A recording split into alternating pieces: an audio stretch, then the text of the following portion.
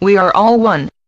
This is the message that needs to be hammered home, again and again, because you keep forgetting this as your bodies almost constantly draw your awareness to their endless individual needs and demand your undivided attention. They are only vehicles that you chose to inhabit temporarily while undergoing an Earth experience. They do require some attention because they have needs, but they have seemingly convinced you that unless you attend to them in every moment, checking in with them incessantly to see how they feel, that they will become very sick and break down. They have even convinced some of you that you are bodies. I assure you that you are not. You have bodies to enable you to follow the life paths you chose before incarnating, and they provide you with the physical means to follow that path. But your main purpose on Earth is to evolve spiritually. You always have been and always will be spiritual beings, and you are on Earth to raise the vibratory levels of your bodies to enable them to align with spirit. When you achieve this aim, you will be able to move around in either the physical or non-physical realms with or without your bodily forms. You will be able to assume or dismiss your human form at will, to suit the occasion. On Earth or in some other physical environment, it may suit you to wear your bodies as you enjoy the company of others, enjoy food, enjoy physical activities, or just smell the roses, while you activate an experience of individuality. In the spiritual realms you will be able to merge totally with other beings in many varied creative and completely harmonious cooperative ventures, for example making music as a choir or as an orchestra.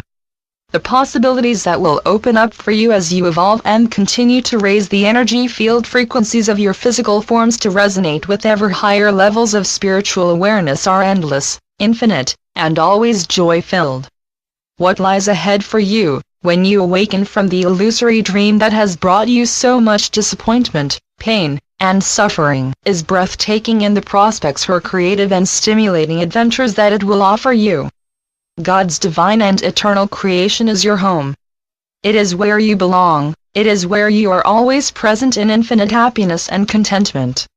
You have momentarily lost your awareness of that wondrous state, as you play within the boundaries delineated by the limits and restrictions which the illusion imposes upon you, but when you awaken, all boundaries and restrictions will be gone.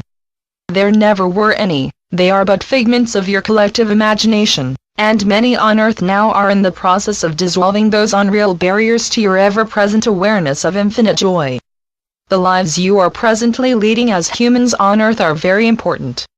Every single human on Earth at any time in Earth's history is there by their own choice in which they have been guided by the wisdom of their spiritual mentors. As I have told you so often, as have many others, you are never alone. To be alone is impossible because all are one with God. Your human life is a marvelous learning opportunity, not lightly entered into, during which at all times you have access to your spiritual guides and mentors, beings who love you dearly and have been watching over you throughout your human existence. Do not hesitate to call on them at any time because they are always available and ready to respond instantly to your calls. As the awakening process that humanity is undergoing continues to intensify, there will be periods when you feel lost, anxious, even threatened, so when that happens, call for assistance immediately.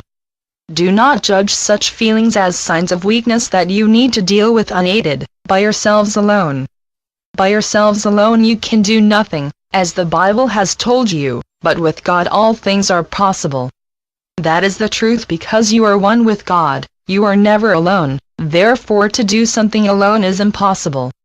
However, you can refuse to acknowledge the presence of those in the spiritual realms who are with you constantly to assist you, and seemingly go it alone as you rely on your loud and vociferous egos to guide you. But they are all driven by fear, always. Is not all the advertising material offered by the media constantly drawing your attention to the dire consequences to be expected if you do not follow the guidance and advice that their so-called experts would have you believe is essential for your well-being? You know that their sole motives are to persuade you to buy stuff so that they can make a profit. But, being inundated by the fear-driven agendas of the media, it is very easy for you to get drawn more deeply into the illusion, where it is very difficult for you to quieten your minds and your egos, and listen to the spiritual guidance that is always available. Therefore, please, set aside time daily to go within to your holy sanctuary where the light of God's love burns perpetually. Just sit quietly and allow the racing thoughts flowing through your mind to fall away by simply not engaging with them. It does take practice and persistence on your part, but I assure you that you will find it as well worth the effort.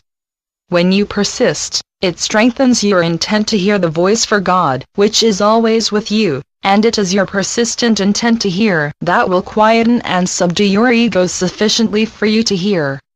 Those of you who read and resonate with any of the many uplifting and inspiring channeled messages that are published on the World Wide Web, are doing the tasks you incarnated to do, because by reading these messages you strengthen your own resolve to be loving at all times.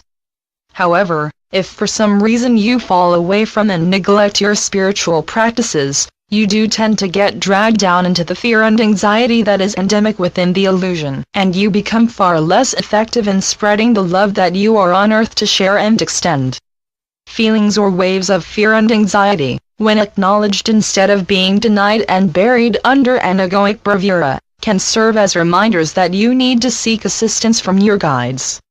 Their assistance will help clear the clogged lines of communication between you and your mentors in the spiritual realms. Do not allow your egos to convince you that calling on those in the spiritual realms is a pointless waste of time and effort because they never hear you or answer you. You are always heard, and you are always answered. Go within and make your holy personal space a refuge, in which you can listen to your guides and be mightily refreshed and invigorated by their loving energy fields which will meld with yours.